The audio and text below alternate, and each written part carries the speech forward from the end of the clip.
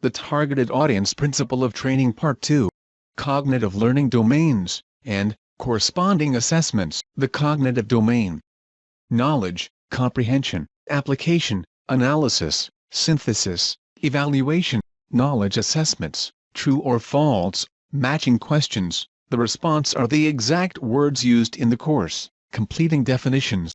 The questions used during the assessments must be direct quotes from the lesson. Comprehension assessments. Fill in the blanks from known scenarios. Basic understanding of information. The information used during the assessment must be located within the lesson. Application assessments. Question measure how well the student can apply what was learned. Questions take the student from the known to the unknown. The questions used during the assessments must not be direct quotes from the lesson.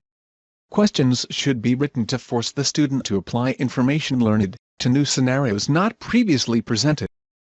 Understanding the relationship between the learning domains and the associated assessments determine the true success or failure of a training program. Understanding and knowing your target audience is Phase 1. Designing training programs based on the learning domain is Phase 2. Designing assessments that correspond to the learning domain is Phase 3. The first three levels of the cognitive learning domains, knowledge, comprehension and application, are the core of online learning programs. How are training assessments evaluated? When developing an assessment, you need a clear understanding of what is being measured.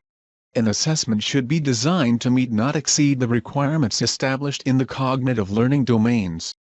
The logic behind the philosophy: if you develop assessments that exceed the learning domain, you have overshot your target objectives. The logic behind the philosophy: if you develop assessments that does not meet the learning domain, you have missed your target objectives. Another phase to the assessment process: cross-check assessment questions and responses with the original needs assessment. Always ask the question: do the assessment questions reflect the current problems? Do the solutions given correct the current problems? Remember the purpose of the training program. Understand and know your target audience. Stay in your lane. Knowledge, comprehension, application,